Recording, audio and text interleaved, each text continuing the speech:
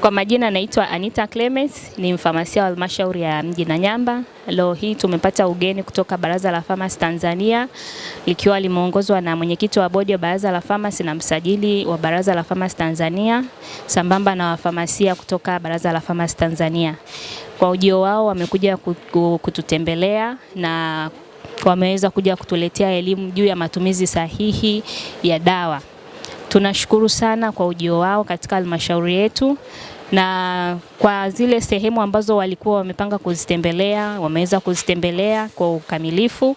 Kwanza wameweza kufanya kikao na wamiliki wa maduka ya dawa Nanyamba, na wameweza kuongea nao mambo kadhaa yanayohusu taaluma ya pharmacy, lakini pia wameweza kutoa elimu kwa wale wamiliki wa maduka ya dawa namna sahihi ya uendeshaji na usimamizi wa wale maduka ya dawa ambayo yako ndani ya halmashauri yetu.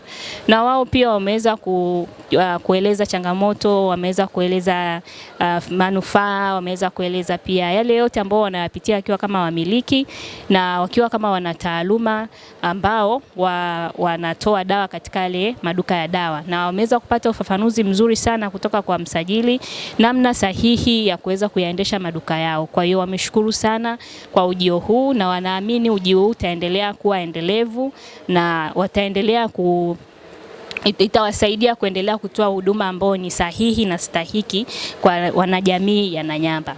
Lakini pia tushukuru kwa uongozi kuweza kufika shule ya sekondari Nanyamba.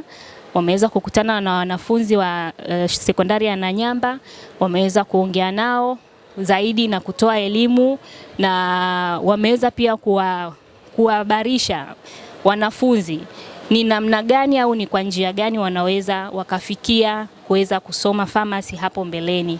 Kwa hiyo tunashukuru sana, na uongozi wa shule pamoja na uongozi wa halmashauri tunashukuru kwa ujio wao. Tunaamini kwa ujio huu wanafunzi wetu wamekwenda kuelewa nini maana ya pharmacy, na wameweza kuelewa namna sahihi ya kwenda kutumia dawa kulingana na inavyotakiwa kutumika na kuacha yale matumizi holela holela.